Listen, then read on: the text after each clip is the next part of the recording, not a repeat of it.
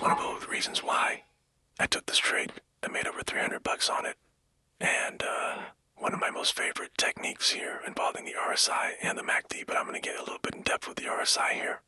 So we're looking at this on an hourly chart, and you can see that it kind of went parabolic. I've counted out the waves where I think it's 1, 2, I think the third had finished up, and I was expecting a fourth to come down, and then the fifth to go back up. I got this target just based on previous area of interest here and here.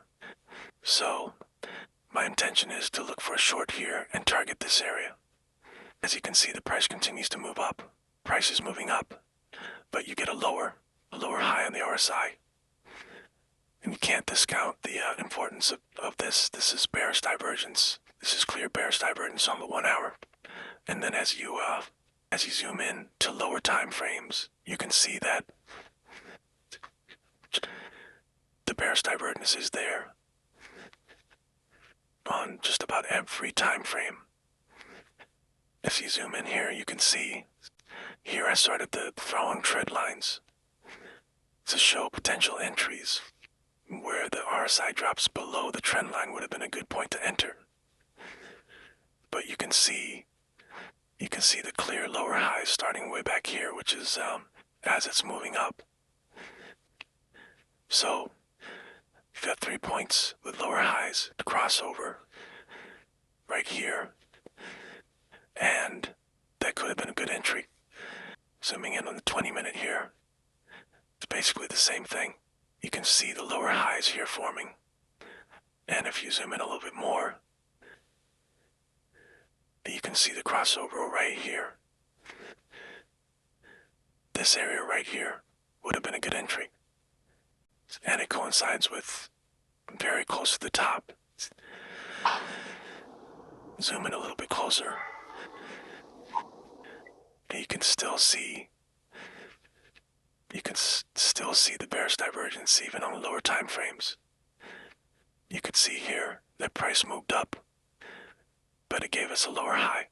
And then over here I'm throwing in, don't know why these lines are here, but I threw on another trend line here, and that's where it crossed over.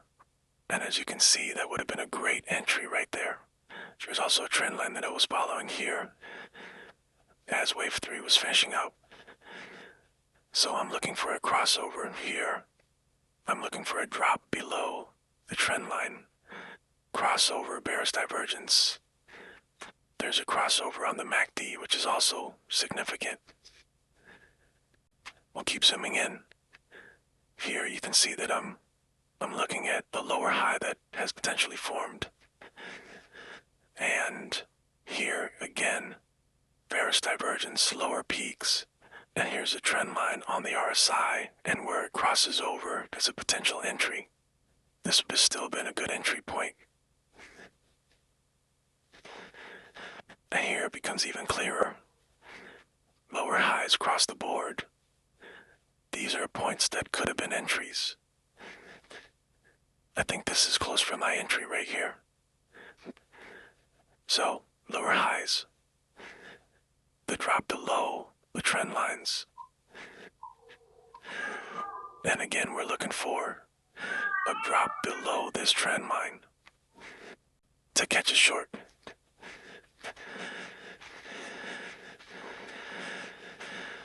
Here is another good entry, potential entry.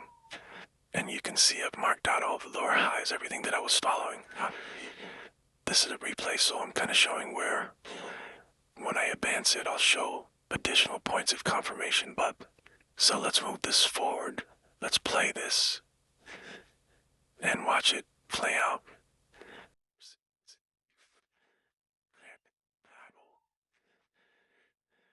So we're dropped down, and here's my entry.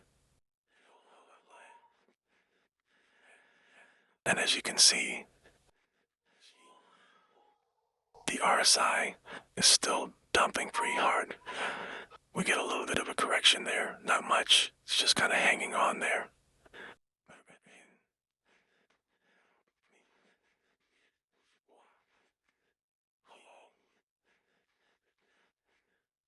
here's another trend line that I identified during the short, and kind of used it to gauge whether or not I wanted to stay in, because these things can turn around at the drop of a dime. Crypto's so volatile.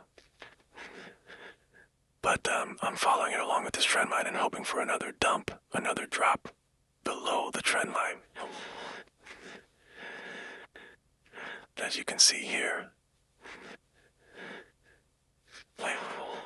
this point here would have probably been the best entry, but you can't just target the best entries. You gotta expect to have some drawdown, and this was minimal drawdown anyway. So it last spike up, and as you can see, it retested that upper trend line,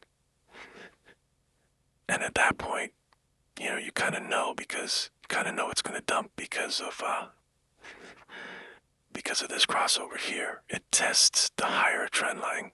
It tests the lower high on the RSI.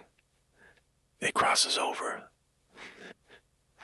and it tests here and dumps or rejects.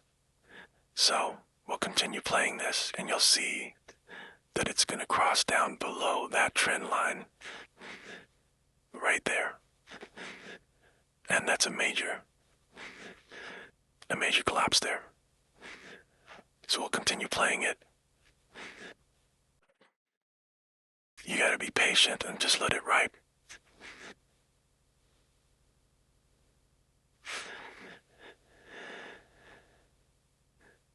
And there you go. Took profit right at the edge of my target.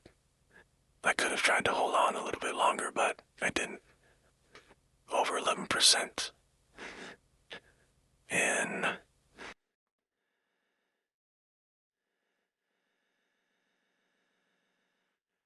about an hour and a half. So, not bad. Could I have waited and taken this one? Sure, but I was looking for this break of this major trend line here on this timeline. So, all in all, a great trade. I made $311 on the short, only using Forex. So, all in all, a great trade.